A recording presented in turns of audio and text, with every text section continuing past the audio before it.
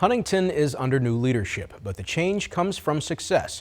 With former Louisiana Tech standout and Grambling assistant coach John Simon taking over, he's focused on building what's already in place and taking the Raiders to the next step.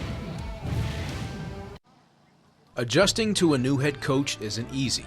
For Huntington junior defensive lineman Josh Fisher, a quick online search of John Simon gave him confidence in his football background. I didn't know him at all, but I looked him up, did my research. I'd assume he do. Went to the league. Simon can relate in adjusting to a new head coach since he went through the experience in high school as a senior. Losing a coach that had been there a long time, because that's a strong relationship. So I understand how important that relationship is. I understand me coming in and making sure that they understand that this is their program and this is about the seniors that are here, that have been here 4 years, that's played in this program. And I want to make sure I do right by them. One of those seniors is Royan Jackson, who helps anchor the offensive line at center.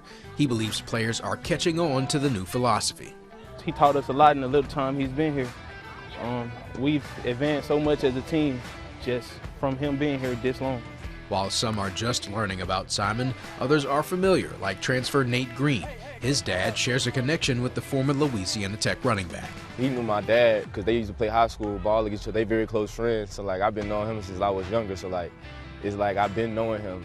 So I already know how his program is going to be. So it was easier to adjust to than how everybody else, how they adjusted to it. I've been familiar with Nate and known about Nate as a young kid. Once I moved back to the Shreveport area, I was introduced to Nate Green.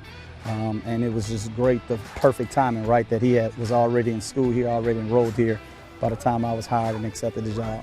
Simon comes in with a wealth of experience from coaching in college and prior prep duties in Dallas, and says relying on his staff in Shreveport is key.